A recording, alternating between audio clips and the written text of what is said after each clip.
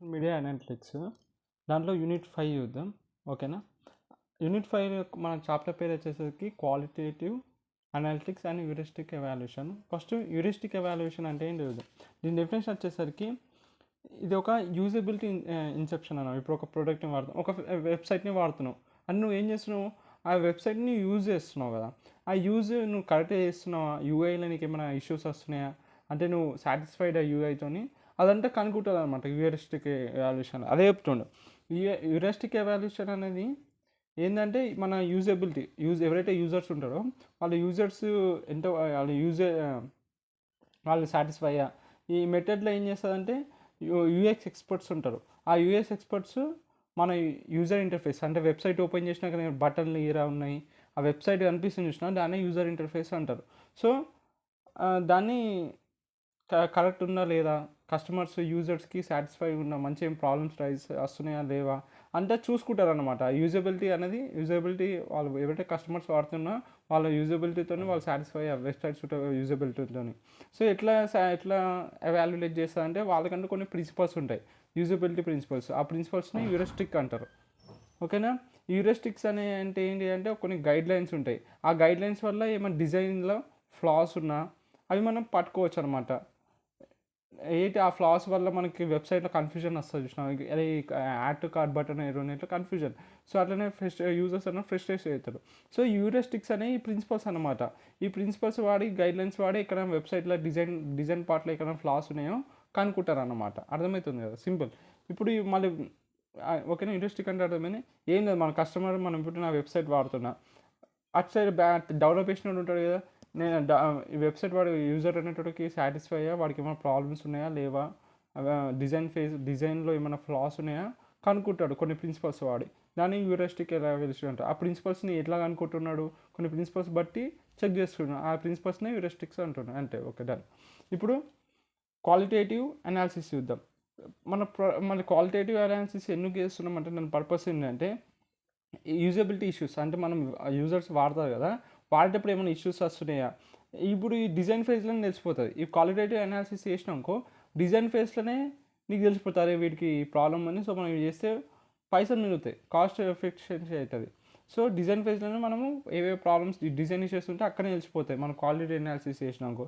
దీనివల్ల యూజర్ అనేటోడు డిజైన్ ఫేజ్లోనే ఏమైనా ఇష్యూస్ ఉంటే సాల్వ్ చేస్తున్నాం కాబట్టి యూజర్ డిప్లాయ్మెంట్ చేసినప్పుడు యూజర్ అనేటోడు సాటిస్ఫై అవుతారు, సాటిస్ఫాక్షన్ పెరుగుతుంది. ఇంకా ఫంక్షనాలిటీ ఉంటుందో యూజర్ సాటిస్ఫాక్షన్ కానీ ఫంక్షనాలిటీ కానీ ఫుల్ టెస్టింగ్ కన్నా ముందే మనకి ఇంప్రూవ్ చేసేస్తున్నాం. ఇంకా క్వాలిటేటివ్ ఫీడ్బ్యాక్ అనేది ప్రొవైడ్ చేస్తున్నాం.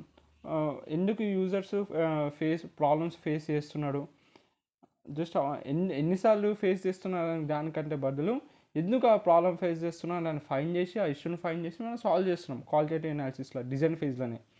దీనివల్ల ఏమవుతుంది, design aligns with human behaviour and usable. So ఏదైతే యూజబుల్ స్టాండర్డ్స్ ఉన్నాయో మీట్ చేస్తాం మీ క్వాలిటేటివ్ అనాలిసిస్ వల్ల.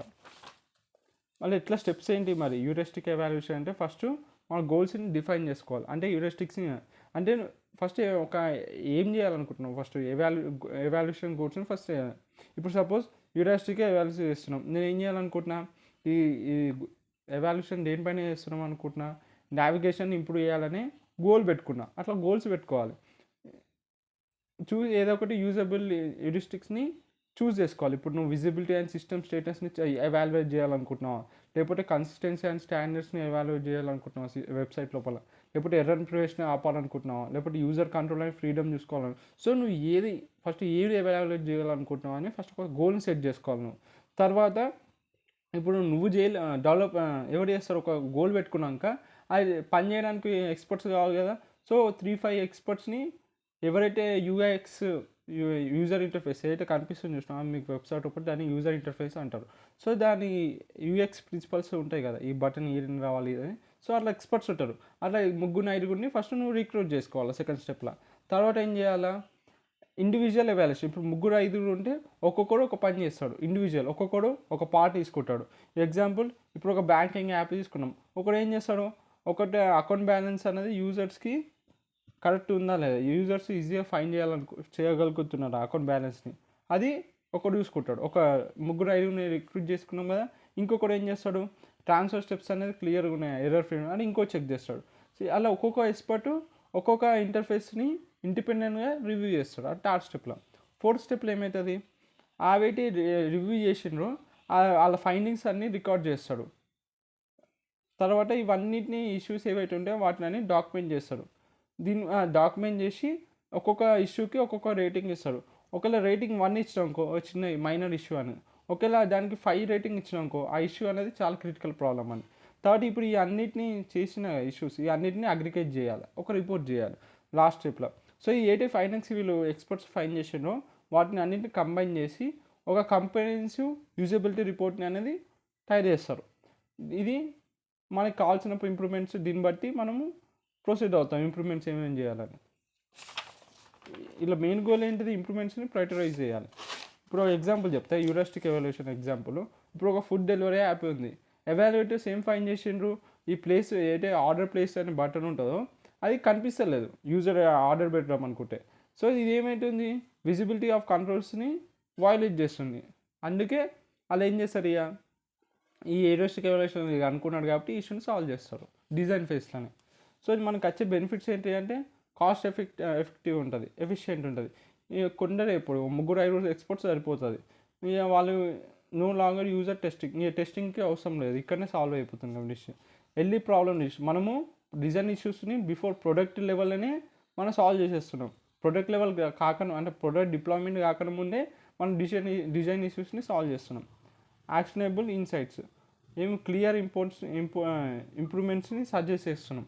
అక్కడ ఇష్యూస్ ఫైన్ చేసినాం, ఇప్పుడు ఆ ప్లేస్ ఆర్డర్ బటన్ సరిగా లేదని ఫైన్ చేస్తాం. సో అప్పుడప్పుడే మనము ఇంప్రూవ్మెంట్స్ని సజెషన్ చేస్తాం. ఫ్లెక్సిబుల్ అండ్ స్కేలబుల్, ఇది వెబ్సైట్స్కి ఈ హ్యూరిస్టిక్ ఎవాల్యుయేషన్లో ఆ వెబ్సైట్స్కి, యాప్స్కి, సాఫ్ట్వేర్ సిస్టమ్ అన్నిటికీ పనికి వస్తుంది. అందుకే ఫ్లెక్సిబుల్ అండ్ స్కేలబుల్ అన్నారు.